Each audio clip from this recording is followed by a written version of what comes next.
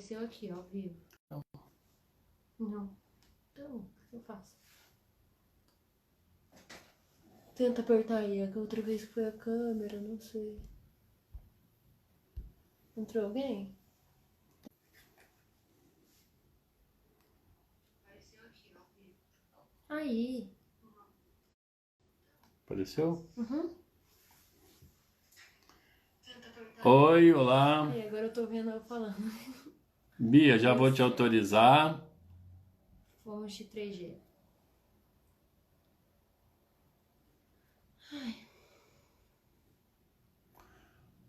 Olha que dúvida.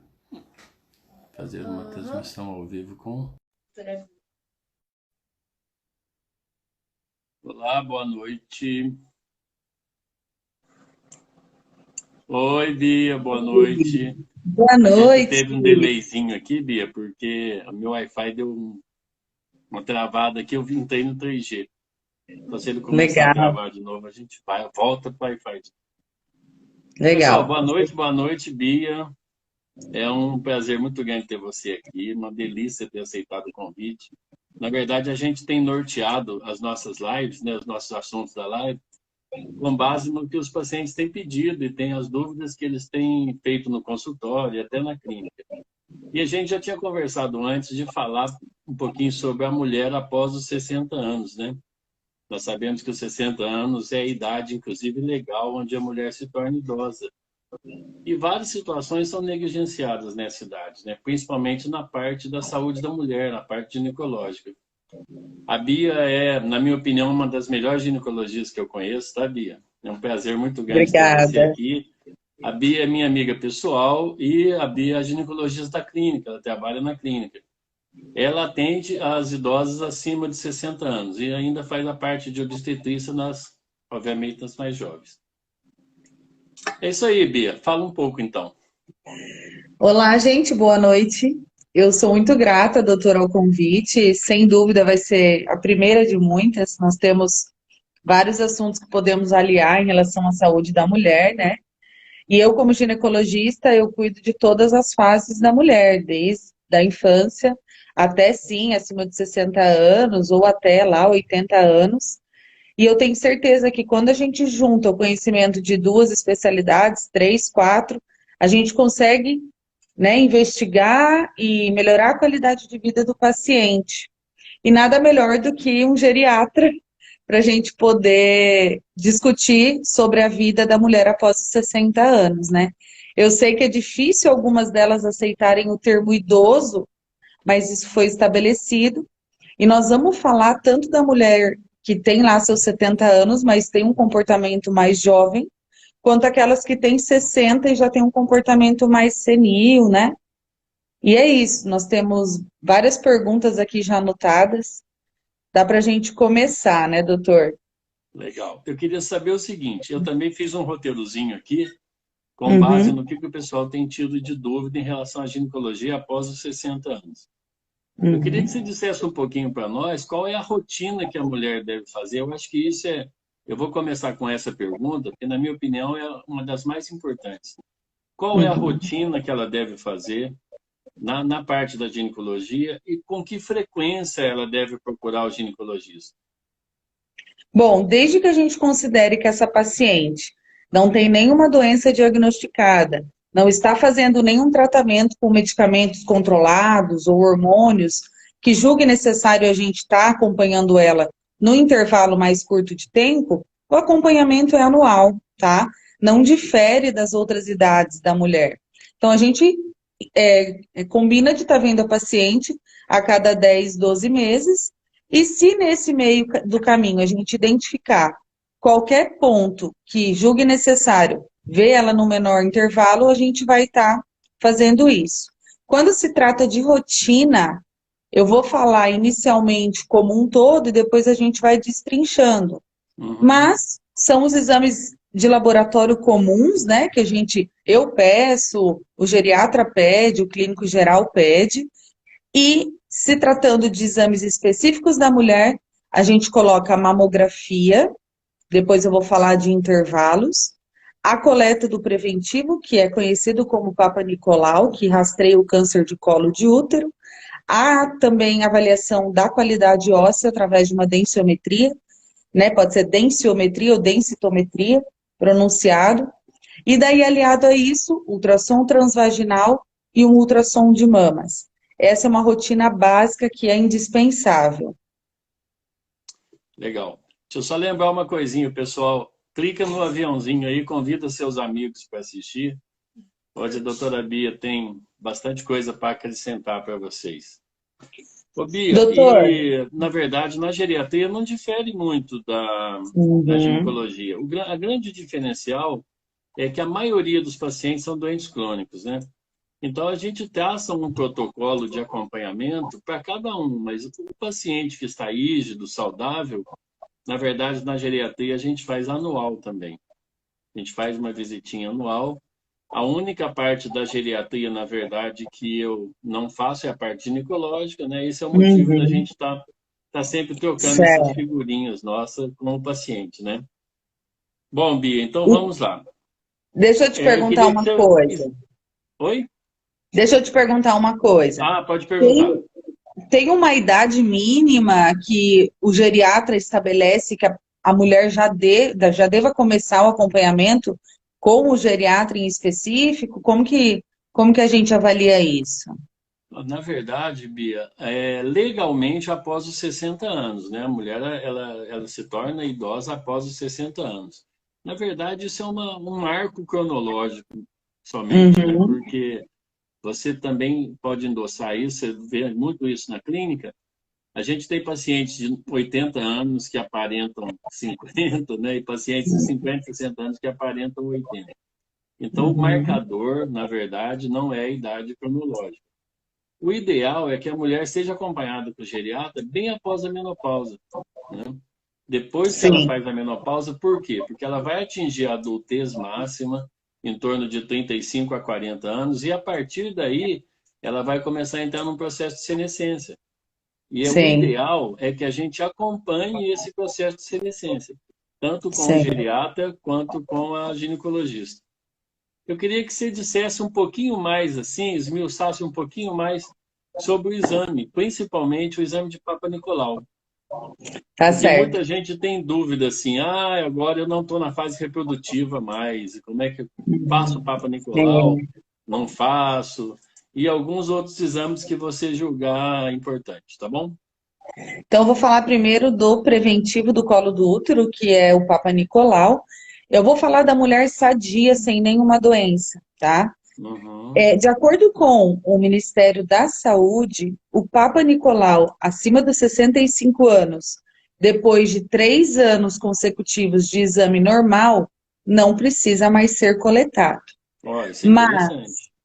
mas na prática clínica, eu coleto anualmente, sem dúvida, e em vários casos a gente acaba encontrando um HPV ou algum outro problema no colo do útero que não dá para deixar passar. Então eu coleto anualmente. E acima dos. Vamos supor que a pessoa não é sexualmente ativa. Aí podemos seguir essa regra, né? Acima dos 70, 75, 3 exames consecutivos normais não precisam ser coletados. Mas se a mulher tiver uma sobrevida, uma qualidade de vida boa, sexualmente ativa, pode ter seus 80 anos, que eu coleto anualmente. A exceção disso é quando a mulher não tem o útero, que eu acho importante a gente estar falando, a gente coleta a cada 3 anos a secreção de cúpula vaginal, mas também pela Organização Mundial da Saúde e Sociedade Brasileira de Ginecologia é dispensável, não precisa mais Dispensável. coletar nesses casos. A mamografia, doutor Antônio, também é assim. A Organização Mundial de Saúde fala que a partir dos 70 não precisa ser coletado. Mas a Sociedade Brasileira de Mastologia fala, é uma paciente jovem, com uma sobrevida boa, tem que ser coletado sim, pelo menos a cada 2 anos, que é a mamografia e o preventivo, né?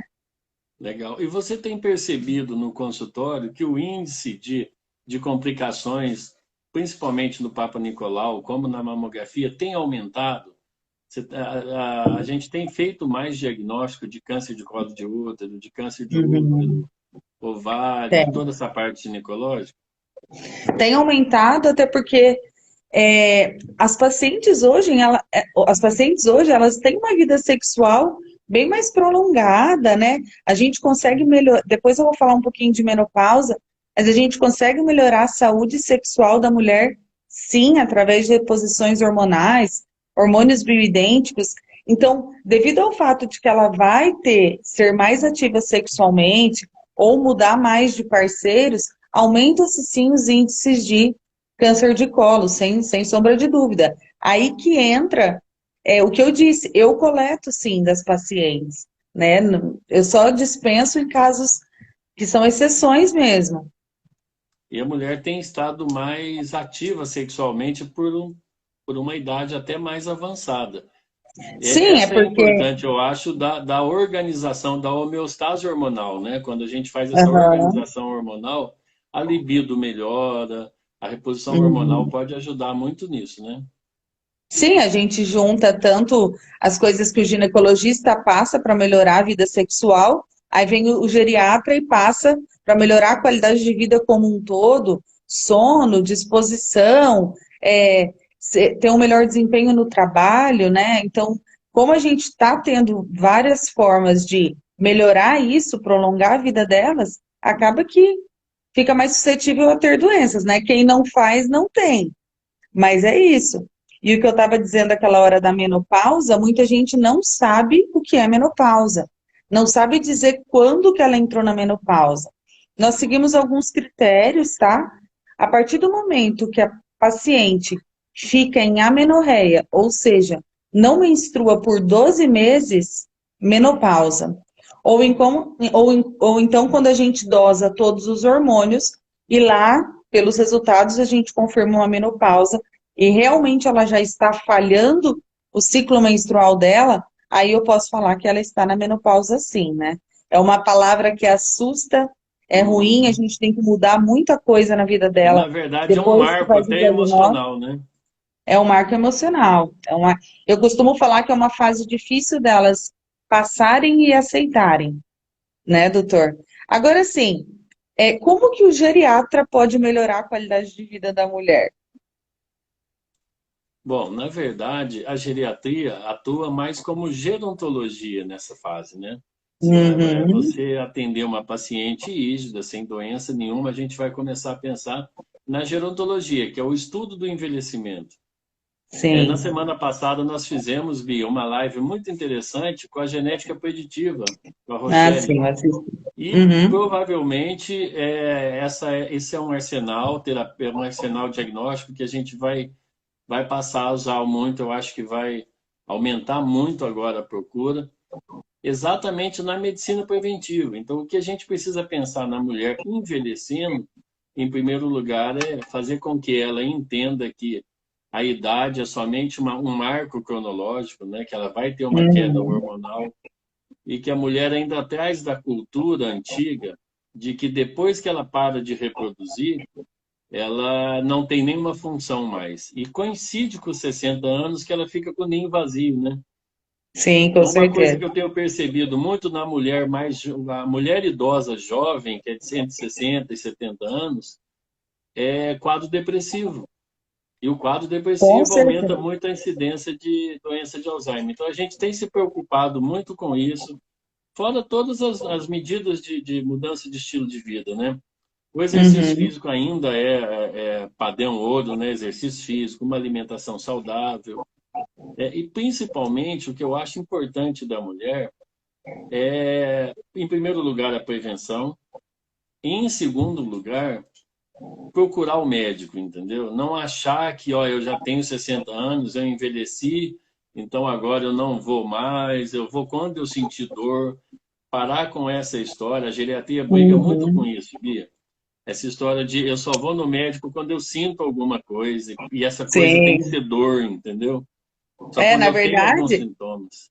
na verdade, mal sabem elas de que nós, aqui atrás da nossa mesa, nós podemos sim oferecer várias coisas para que ela fique melhor.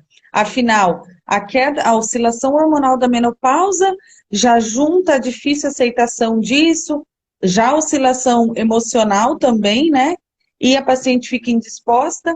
Às vezes a gente dosa uma vitamina, que é a nossa rotina, ela tem uma hipovitaminose D, a qualidade óssea dela já vai indo por água abaixo, e a gente pode sim, através de Disposição. coisas simples, melhorar isso, né? Então elas têm sim que aceitar e ir no médico, no geriatra, no ginecologista, vai ali, né? Cada mês Graças a em Deus um. tem aumentado. Eu acho que o povo tem se conscientizado disso, né?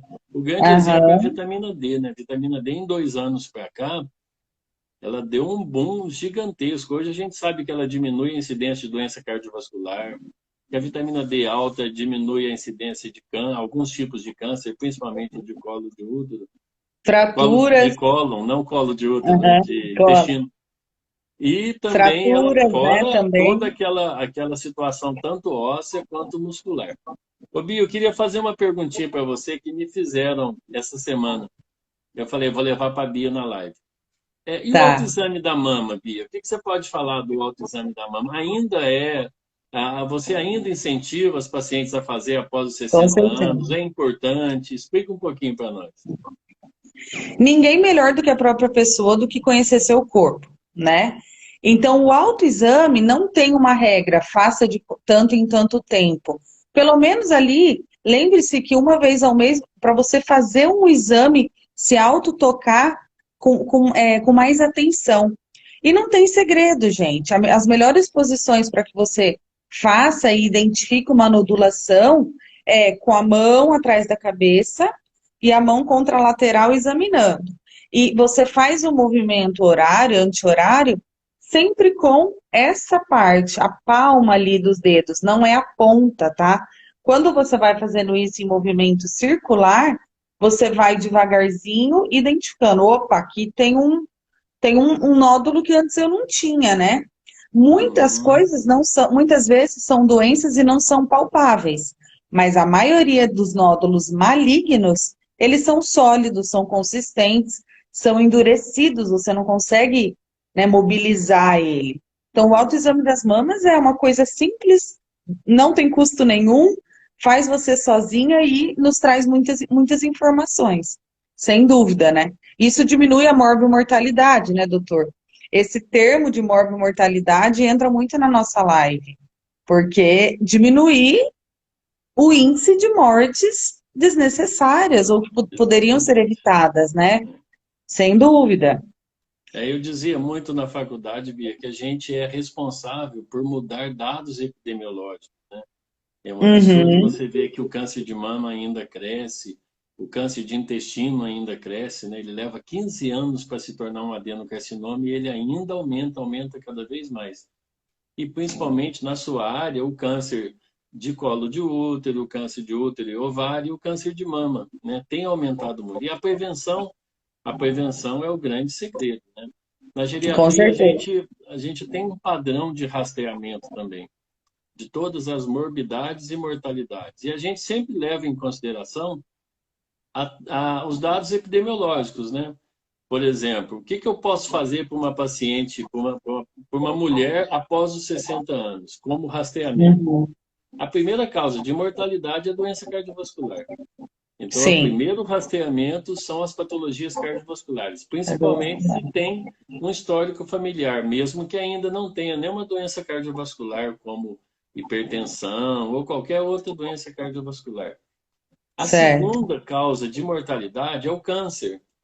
Então, o câncer na mulher, eu sempre peço dois. Eu falo assim, ó, a Beatriz vai ver a parte de mama e toda a parte ginecológica, né? E Aham, também, se tem histórico familiar de algum tipo de câncer, por exemplo, como câncer de intestino, aí a gente faz um sangue oculto nas fezes, né? A sim. terceira causa é queda, né? Por incrível que pareça, a mulher envelhecida, ela ainda cai, quebra. Tá. Eu vou lembrar que a fratura de colo de fêmur Tema. tem uma porcentagem enorme de mortalidade em um ano, né? No último Qualidade de dado que vida eu cai vi era muito, né? 28%. Sim. E- Então, o Carlos deve estar aí do seu lado, né? O Carlos, o Aham, marido da Bia, é ortopedista. Então, a fratura de colo, apesar que ele é cirurgião de mão, né? Não tem nada a ver com o sim. colo do útero, do colo do fêmur, mas a mortalidade é muito grande. Então, a gente precisa da densitometria óssea.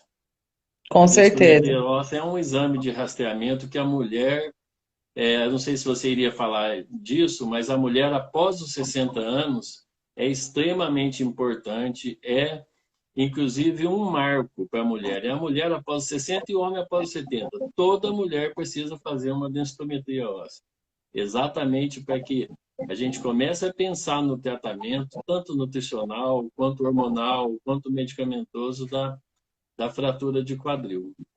E a densiometria óssea, qual que é o parâmetro para a gente começar a fazer?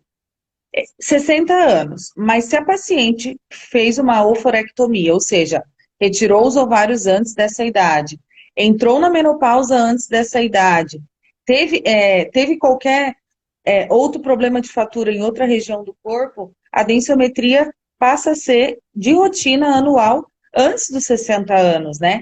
Até porque nós não temos tratamento para osteopenia, osteoporose só via oral, né?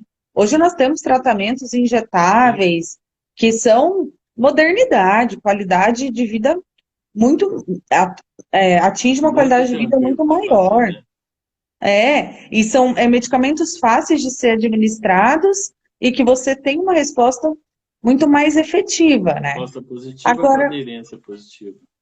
agora falando assim de medicina, que a gente fala, né, de prevenção, muitas pessoas me perguntam no consultório se existe vacina. Tem alguma vacina que nessa idade dá para ser feito, que vai diminuir risco de alguma doença? Algumas vacinas específicas, doutor? O senhor passa alguma? O que o senhor me diz? A gente segue o protocolo da Sociedade Brasileira de Geriatria. E uma coisa que eu acho bem interessante, Bia, é que quando você tem um bebê, a mãe tem um bebê, você já experimentou chegar para a mãe e falar para ela assim, não dê vacina para o bebê, não precisa dar, é perigoso a mãe te matar e trocar de médico, né? Com Agora, certeza. quando chega no idoso, a maioria das idosas, a gente fala assim, precisa tomar determinada vacina. Ela fala, não, mas será que eu tomo vacina? Não, eu não vou tomar, eu não tomo a vacina de gripe, eu não tomo a vacina de pneumonia. Então, eu gostaria de lembrar 3 protocolos de vacina básicos que todo mundo deveria fazer. O primeiro é a Boa. pneumo 13, a vacina de pneumonia. A vacina de pneumonia ela é feita a pneumo 13, 6 meses depois a pneumo 23, e ela vai nos dar uma proteção por 5 anos. Então é muito tranquilo de fazer. A Sim. segunda que eu vou lembrar é a herpes zoster. Principalmente as idosas diabéticas, elas têm uma grande possibilidade de desenvolver o herpes zoster. O herpes zoster é uma doença terrível que dá dor insuportável. Ela pode levar a um quadro complicador de neurite pós-herpética. E a vacina ela vai diminuir muito, muito, sensivelmente a incidência de neurite pós-herpética. E é uma dose única. Vale Sim. muito a pena tomar. E vou Tranquilo. lembrar também da vacina da gripe, né, Bia? Com certeza. Esse Essa. ano, por incrível que pareça, a gente chegou muito próximo do ideal de vacinação da população acima de 50 anos, né? Mas todo ano Aham. sobe a vacina. Então é Sim, com muito certeza. importante. Eu acho que esse ano, com o coronavírus, o pessoal teve um pouco mais de medo, né? Infelizmente, a gente ainda Uhum. funciona em função do medo, né? E Sim. acabaram vacinando bastante, mas eu espero que todos os anos seja assim. Então, vamos lembrar que o idoso realmente ele precisa cumprir o protocolo, o calendário de Uhum. vacina dele. Ô, Bia, eu queria só Certo. que a Duda está dizendo aqui que tem uma pergunta que ela quer fazer para a gente. Depois a gente segue. Vamos lá. Só antes de continuar o assunto, tem 2 perguntas, na verdade. Uma delas é de Instagram, que aliás é @vovó Sara. Eu achei muito bonitinho.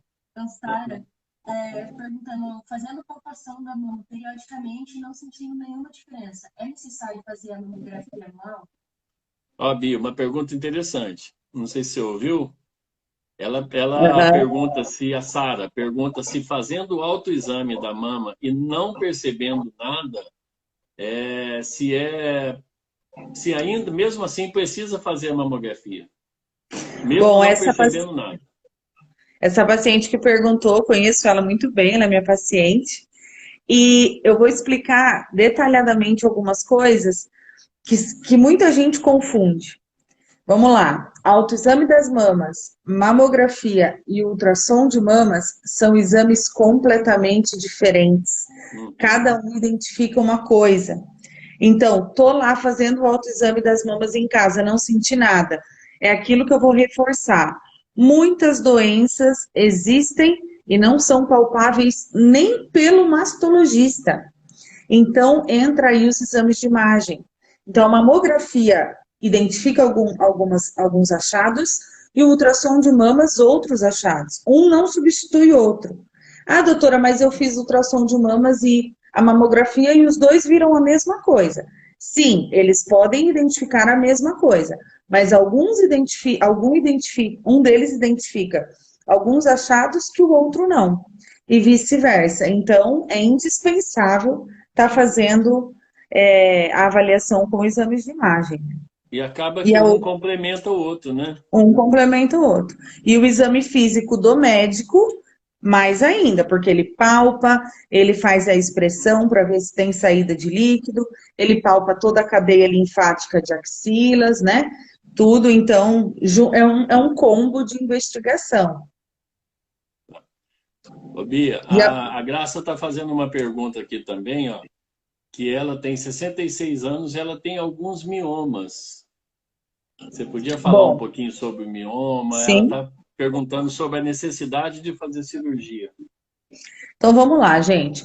Eu não vou falar muitos detalhes, porque é um tema bem amplo, cabe até uma live sobre isso. Só quero falar uma coisa importante. Miomas sempre são uterinos, não é em ovário em nenhum outro lugar. São miomas no útero.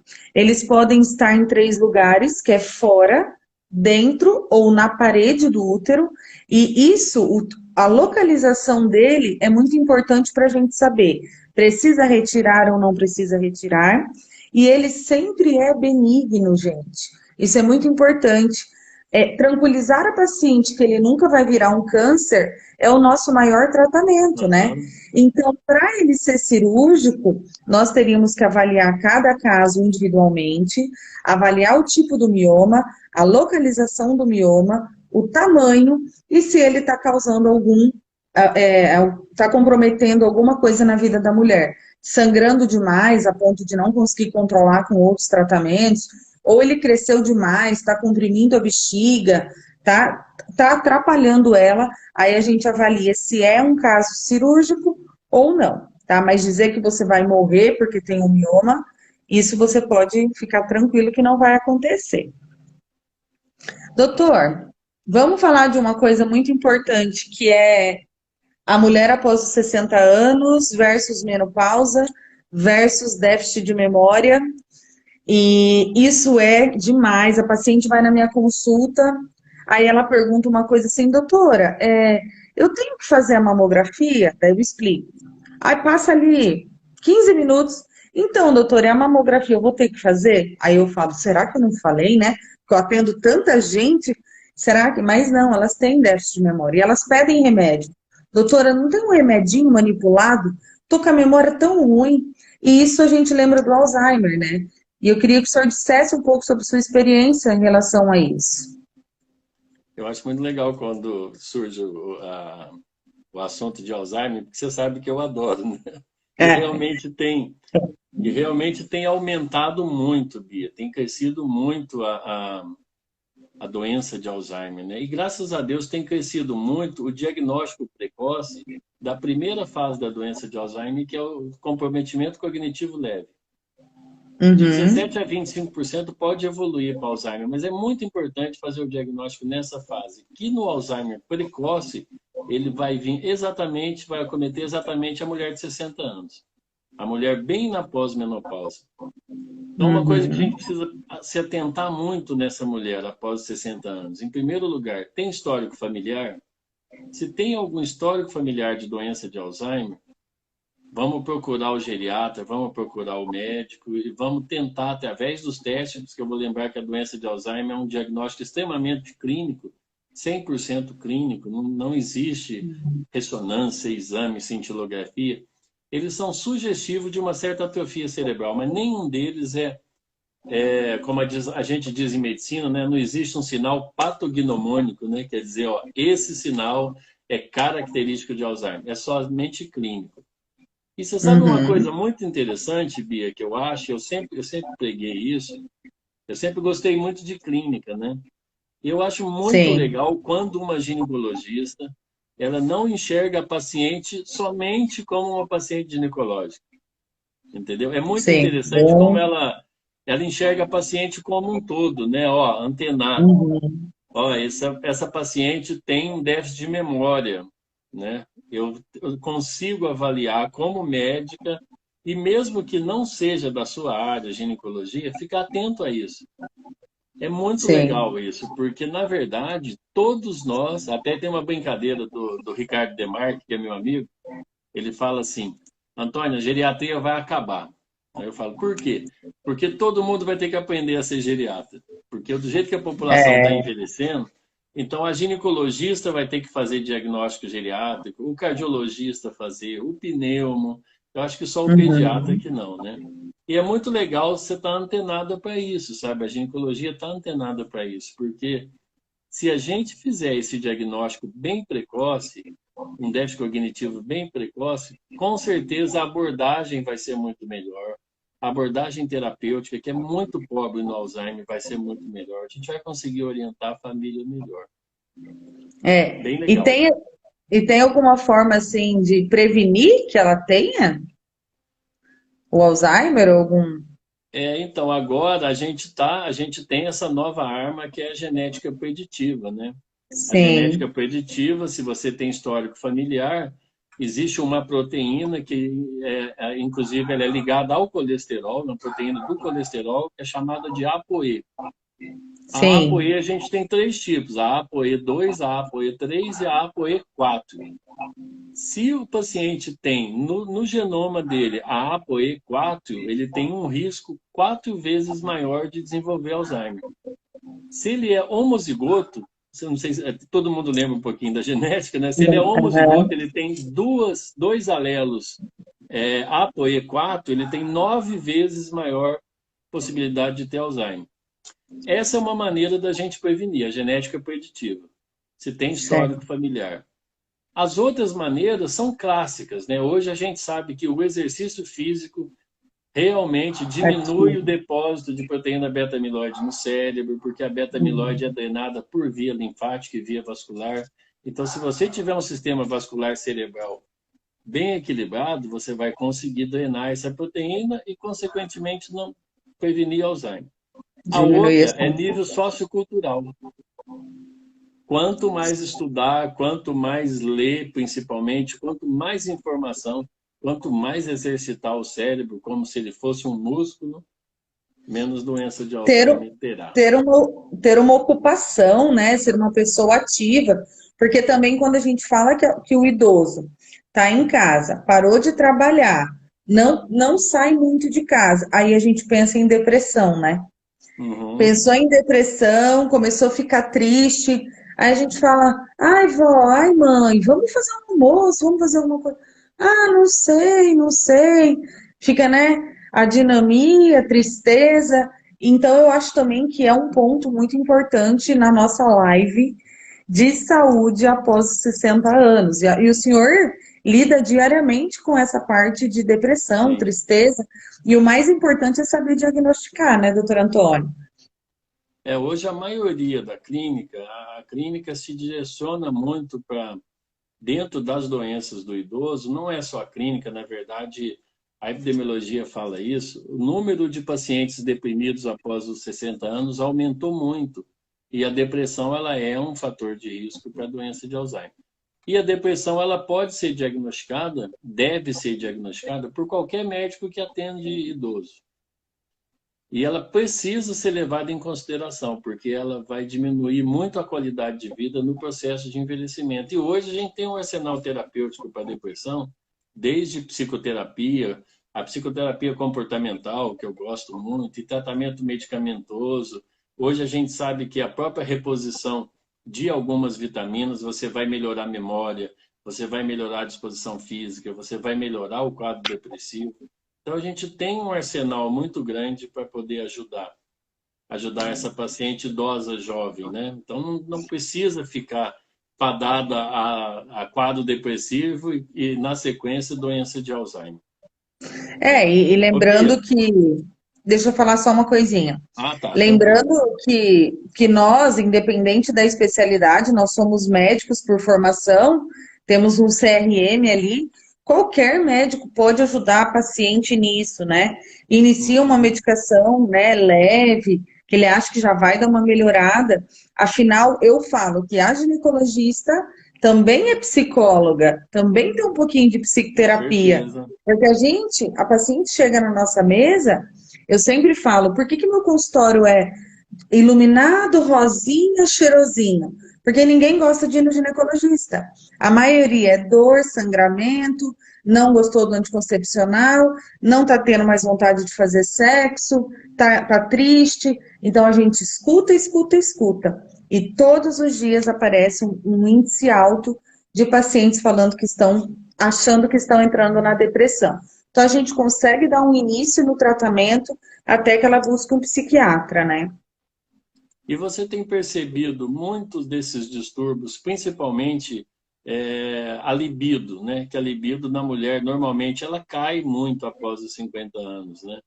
E tem aumentado muito esse tipo de intervenção, principalmente com a testosterona. O que você pode dizer um pouquinho da sua opinião sobre a testosterona e a libido da mulher, a massa muscular? Eu fui estudar um pouco de sexologia porque quando eu me vi ali atendendo no consultório, eu levei um susto, porque a queixa de não ter libido vai em todas as idades. 17 anos falando que não tem libido. 25, 35, 40, relacionamento novo, relacionamento antigo. Essa queixa vem de todos os lados. Mas é claro que na fase da menopausa, em que já tem aquela depressão hormonal, o libido cai. Isso é explicado pela curva e produção hormonal do organismo, né? E a gente tem algumas formas de melhorar isso. Primeiro, a gente identifica se é um problema, assim, eu falo da psicóloga. Tá tendo algum problema no relacionamento? Tá tudo bem com vocês, né? Vocês se cuidam, vocês têm preliminares, tem momentos a sós, né? Depois que a gente identifica se tá tudo bem nessa parte, a gente consegue fazer a chamada terapia de reposição hormonal, fazer a reposição da testosterona de forma cautelosa, porque também não pode ser uma coisa assim, né? Mas tem como melhorar o libido, sim, que é uma coisa que todos os dias nós trabalhamos dentro da sala. Isso, doutor, sem E uma sombra de coisa bem dúvida. importante também é o diálogo, né? É o diálogo, é o Uhum. marido, o parceiro, saber que existe essa queda hormonal dos dois lados, né? Primeiro, saber que a reposição hormonal realmente vai mudar a qualidade de vida, se ela for feita com muito critério, com muito cuidado, ela vai realmente mudar pele, cabelo, unha, inclusive a libido. E que É, também você participar o parceiro disso, para que ele entenda isso também, que é um fenômeno natural, né, a diminuição da libido, e que existem outras maneiras, eu acho que é bem importante também. Ô, eu Bia, sempre falo se o marido puder ir na consulta, né? Lembrando que não sim, existe uma receita que você imprima igual para todo mundo. Cada paciente é um paciente, cada paciente a gente formula e prescreve a dosagem exata do hormônio, né? A gente prepara isso. tá. Ô, Bia, tem mais uma pergunta aqui. Na verdade, tiveram duas. Eu vou fazer as duas porque são temas diferentes, daí vocês já Tá. respondem. Uma pergunta foi antes, quando vocês estavam falando de antidepressivo, se antidepressivo pode acelerar o processo de perda de memória. E daí outra mais para Bia, que vocês meio que já responderam, se perder o libido depois de 60 anos é normal.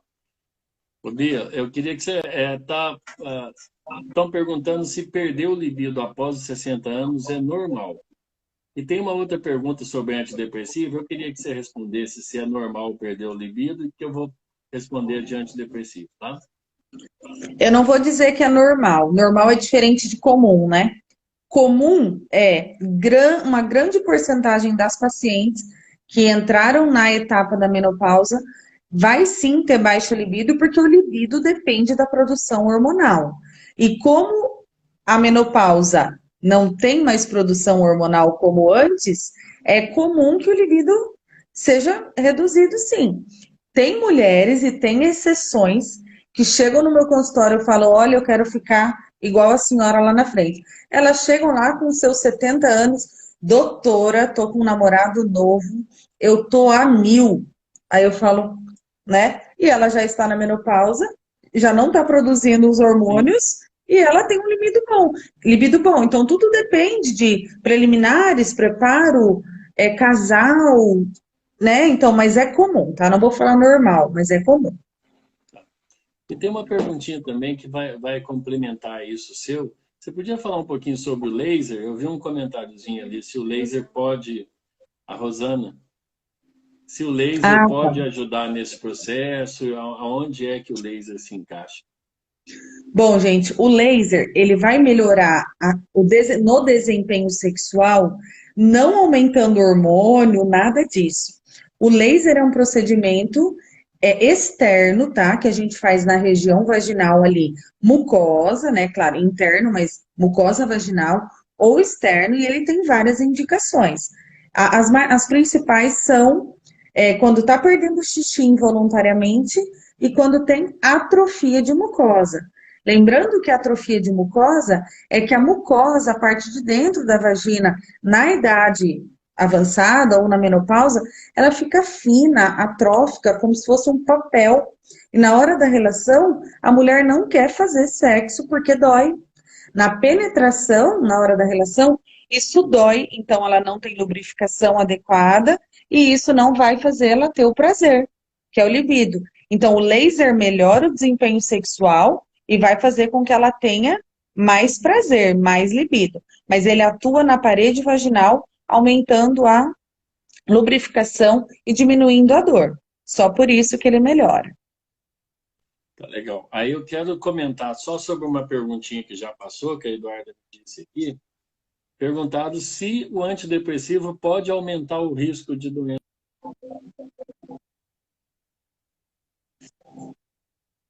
Uhum. Teve um trabalho bem antigo falando a respeito dos benzodiazepínicos, que são os medicamentos faixa preta.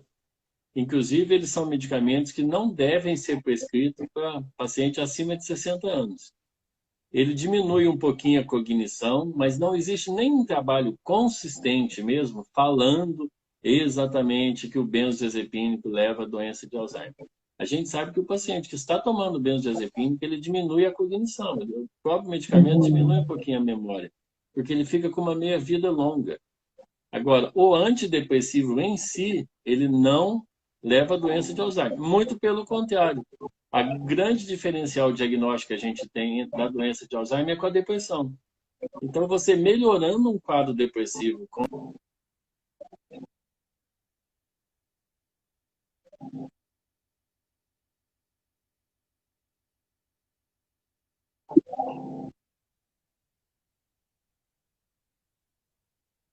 Certo.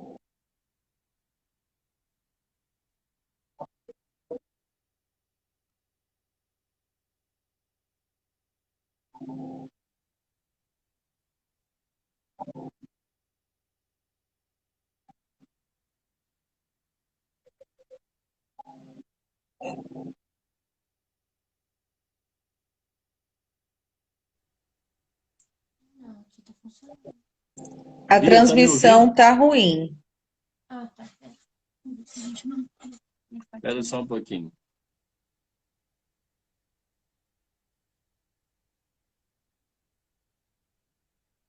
Aí, eu acho que agora vai funcionar. Bia, você ouviu as perguntas?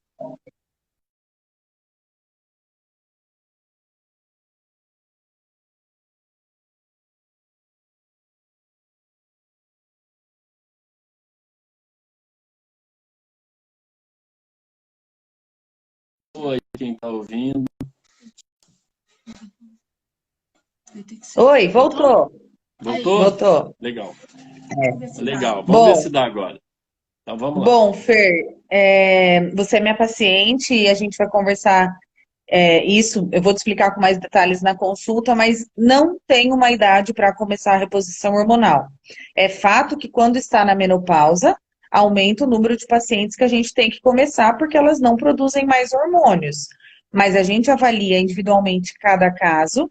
Às vezes a paciente não está na menopausa e a gente precisa repor algum dos hormônios em pequena quantidade, desde que ela tenha queixas, né? Então, doutora, eu não estou tendo libido, minha testosterona, olha aqui, dosamos e está péssima. Podemos repor sem problema nenhum. Então, cada caso é um caso. Em relação ao laser, se o laser é só após a menopausa, é isso? Se o laser só é usado após a menopausa.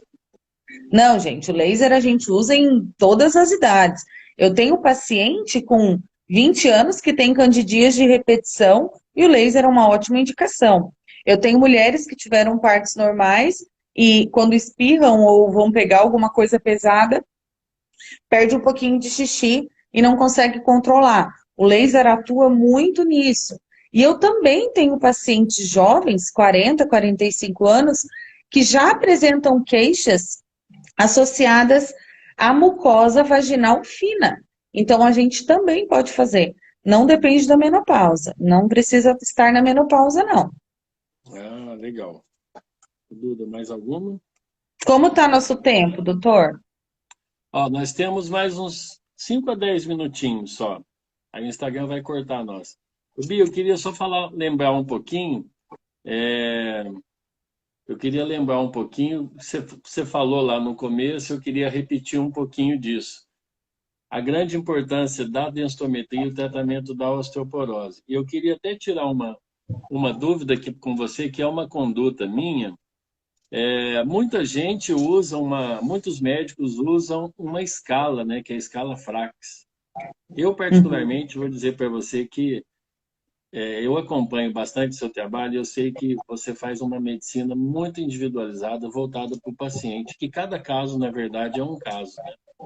Então, não dá para você Uhum, usar uma tabela geral para todo mundo, esse eu trato, esse eu não trato. Então, a gente vai uhum. individualizar isso.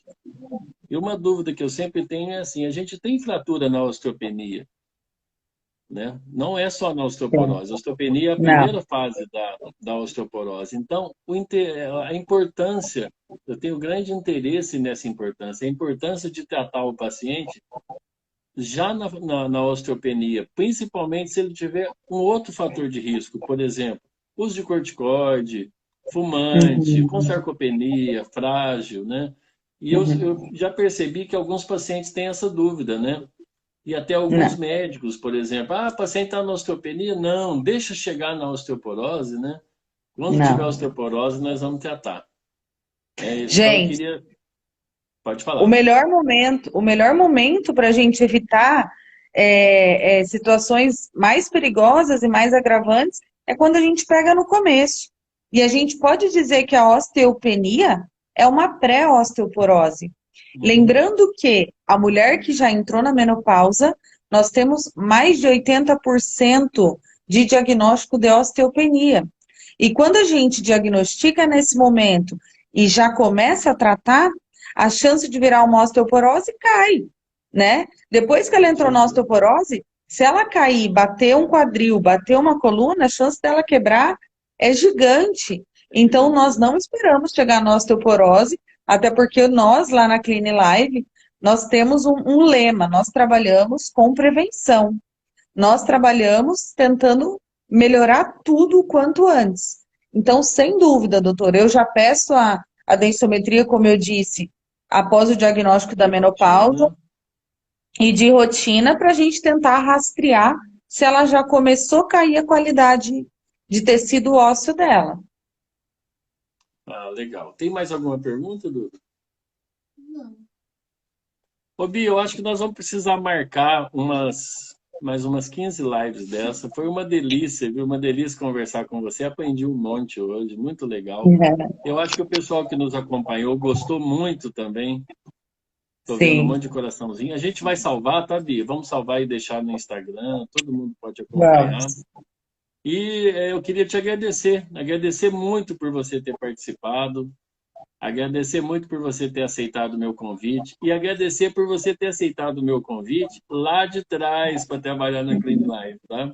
Muito antes É, dessa live, eu eu sabia que vou ficar você era uma pessoa emocionada. que ia só engrandecer o nosso trabalho, que você ia trazer brilho para os nossos pacientes, eu tinha certeza disso. Então, é um prazer muito grande estar junto com você.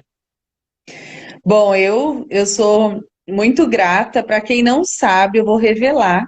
Eu fui aluna do Dr. Antônio na Ah, sim. faculdade e apesar de que eu, desde o início eu nunca tive interesse nem em atender bebezinhos e nem idosos, eu amava os ambulatórios de geriatria. Ele ensinava a gente a aplicar aquelas tabelas doidas e eu amava. E ele olhava para mim e falava: o dia que você se formar na sua área, você vai trabalhar comigo. E a primeira vez que ele falou, eu falei: ah, daqui Obrigado. quantos anos, né? Aí, quando eu entrei na residência, ele falou a mesma coisa. E quando eu estava terminando, mais do que depressa, ele já me encontrou e falou: vamos. E foi amor à primeira vista. Estou lá, já estamos juntos há 4 anos, eu acredito. 4 anos E eu já. sou muito grata ao senhor, às meninas, à Márcia. Tenho certeza que a gente vai somar sempre um ao outro. E essa Com foi a primeira certeza. live de Vamos com a nossa muitas. parceria sempre. Bi, um beijo para Legal. você, um beijo a todo Um mundo que beijo. participou, tá? Vai ficar gravado. Tchauzinho para todos. Até a próxima. Tchau. Tchau, Boa Bia. noite. Boa noite.